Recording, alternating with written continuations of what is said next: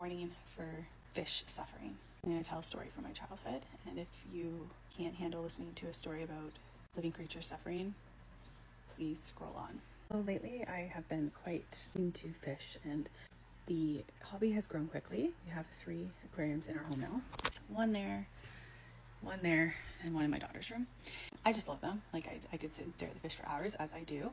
I'm keeping my distance today because apparently you're supposed to have a fasting day for them, because I do think I overfeed them. Yesterday there were a lot of really round bellies in that tank, and I'm letting them have a day to clear out, but if they see me get too close, they will get really excited, and I can't bear them being upset with me.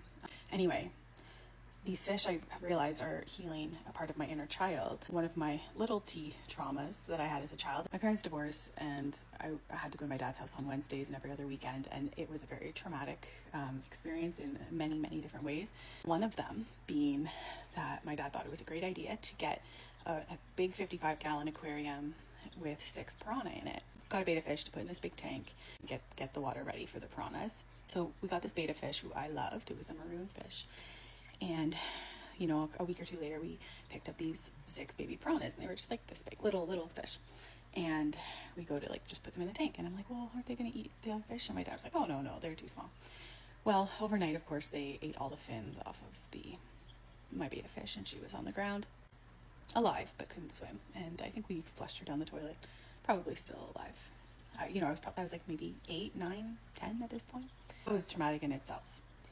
But then every Wednesday night when we would go with him, we would go to a fish store and we would pick up 50 feeder fish, and that would be their food for the week. And we'd go home and we'd put these 50 fish in the tank, and the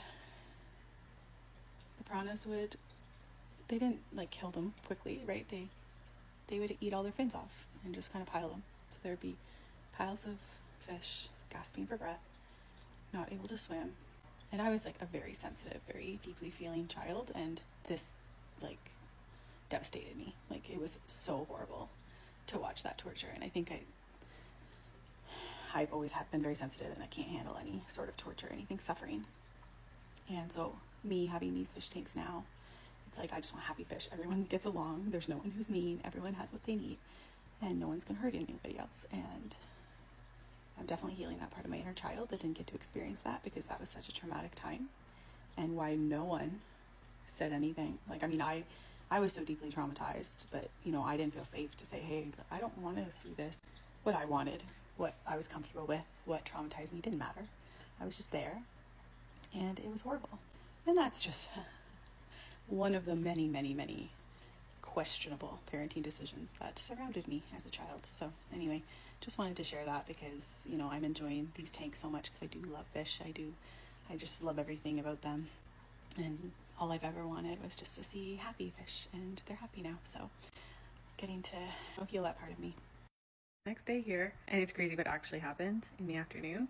Yesterday was actually a fast day for my fish, which I really struggle with, not feeding them, as I mentioned. And so I wasn't around the tank as much because I didn't want to tease them. I wanted to give the pleco some broccoli after dinner. So I put the broccoli in a fork, put it down, and when I felt the water, it was so warm. And I checked the thermometer, and it was at 85, and it's supposed to be set at 78.